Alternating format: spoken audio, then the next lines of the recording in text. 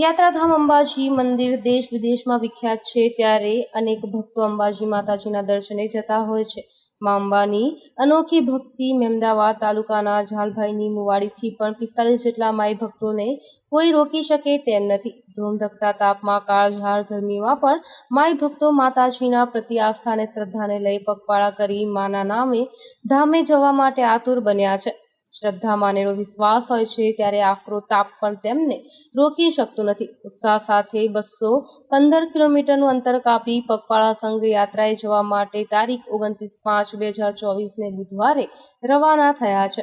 સંઘમાં ઘણા માઈ ભક્તો ચપ્પલ વગર પણ આવતા હોય છે.